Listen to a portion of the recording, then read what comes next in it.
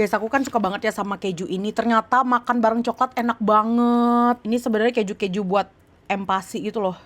Terus makan bareng coklat gini. Nih, ditumpuk kayak gini. Nih, langsung dimakan jadi satu di mulut.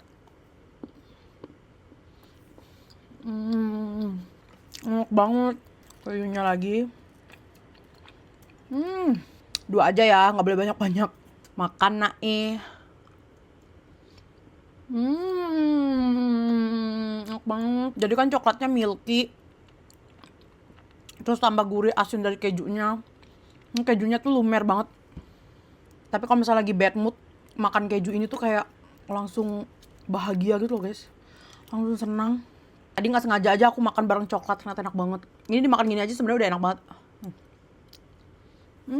Lumer udah cukup. Bye.